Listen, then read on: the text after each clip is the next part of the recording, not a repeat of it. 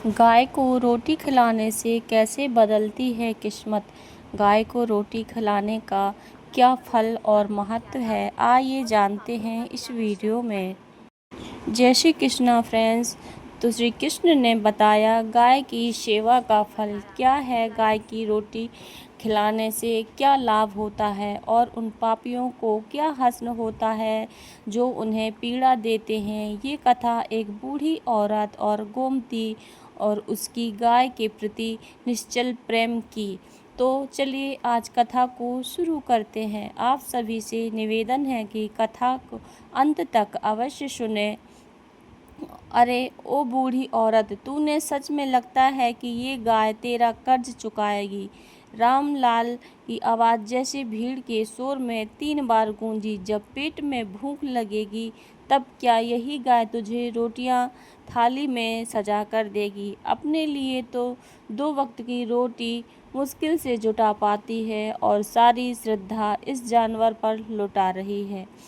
भगवान ने जब तुझसे मुंह मोड़ लिया है तो तू इस जानवर से किसी चमत्कार की उम्मीद लगाए बैठी है। चारों ओर खड़े गांव वाले चुपचाप तमाशा देख रहे थे। कुछ ने ओंठों पर दबी हुई हंसी छुपाई, कुछ ने सहानुभूति जताने की कोशिश की, लेकिन किसी ने कुछ नहीं कहा। गोमती के चेहरे पर न शिकन थी न रोष, बस एक शांत आत्मिक मुस्कान। वह झुकी कमर और कांपते हाथों में थाली संभाले खड़ी रही और धीमे स्वर में बोली, जिस दिन समय पलटेगा उस दिन यही गाय कुछ ऐसा करेगी जिसकी कोई कल्पना भी नहीं कर सकता। गोमती गांव की सबसे बुजुर्ग महिला थी। उसका बेटा शहर में नौकरी करता था।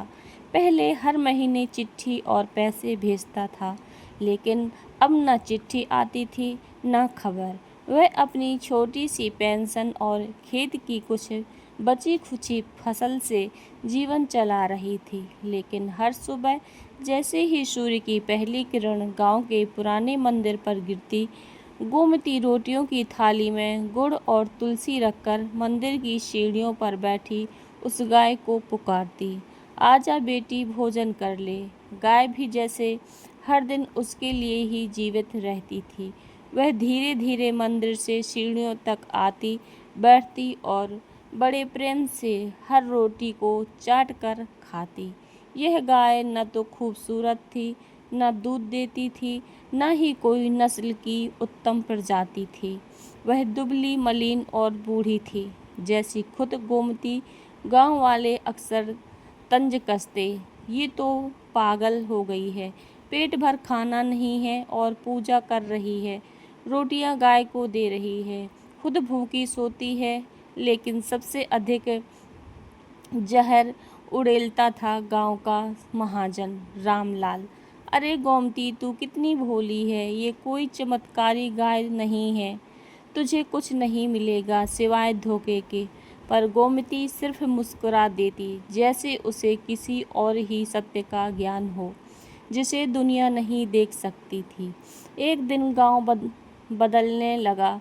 सबसे पहले मंदिर के पीछे वाला कुआं सूख गया, फिर धीरे धीरे खेतों में फसलें जलने लगी, जानवर बीमार पड़ने लगे। पशुओं की आंखों में डर था, बच्चों की आंखों में भूख। गांव का पुजारी चिंतित था, लेकिन रामलाल हर जगह खड़ा होकर लोगों को समझाता, ये सब मौसम की मार है, ये कोई देवी देवता का प्रकोप नहीं है। अंधविश्वास छोड़ो, मेहनत से काम लो। लोग हाँ में हाँ मिलाते, लेकिन मन के भीतर बेचैनी थी। फिर एक रात जो हुआ जिसने सबको झकझोर कर रख दिया। अचानक आकाश में बिजली गड़गड़ाने लगी। कोई बारिश नहीं थी, कोई तूफान नहीं था, पर आसमान जैसे क्रोधित था। गांव सो रहा था, मगर मंदिर के सामने बंधी गाय जग रही थी। उसने जोर से रंभाना शुरू किया, बार बार, जैसे किसी को पुकार रही हो। उसकी आंखों में चमक थी, ऐसी रोशनी जिसे देखकर मंदिर में घंटा अपने आप बज उठा। गांव की एक बुजुर्ग महिला गोमती जागी और बिना डरे मंदिर की ओर दौड़ पड़ी। और तभी मंदिर के ठीक पीछे जहाँ एक पुराना बरगद था, जमीन में से गूंजती आवाज़ आई, गड़गड़ फटाक। सुबह सूरज निकला तो गांव वाले अवाक रह गए। बरगद के नीचे से एक मीठे जल का धारा बह रही थी। जहाँ पानी का नामो निशान नहीं था, वहाँ धरती ने अमृत उगला था।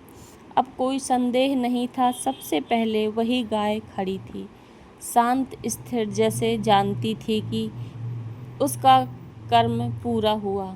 गोमती उस जलधारा के पास बैठी थी, आंखों से आंसू बह रहे थे। गांव वाले दौड़ते हुए आए, कोई माथा टेकने लगा, कोई गाय के पैरों में गिर गया। रामलाल, वही महाजन जो सबसे ऊंची आवाज़ में तंज कसता था, आज सबसे पहले आया और गोमती के सामने सिर झुका दिया।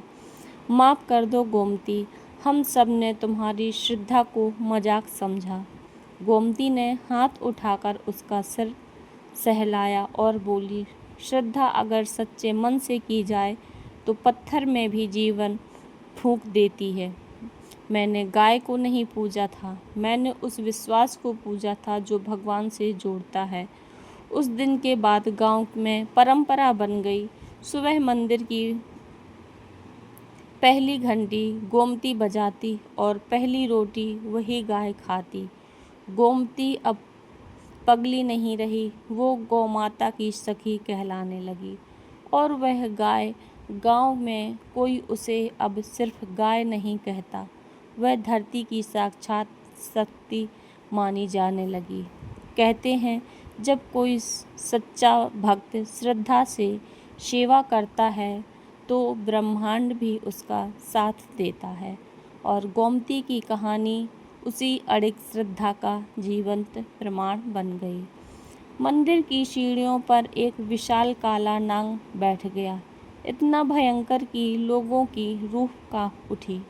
पूरे गांव में डर का माहौल फैल गया, कोई पास जाने की हिम्मत नहीं कर पाया। अगली सुबह जब ये खबर गांव में फैली तो लोग मंदिर की ओर दौड़ पड़े।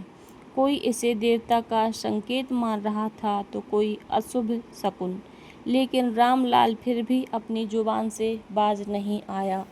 ये सब पाखंड है, किसी को बुलाओ और सांप को भगाओ। तभी सबकी आंखों ने वो दृश्य देखा जिसे भूल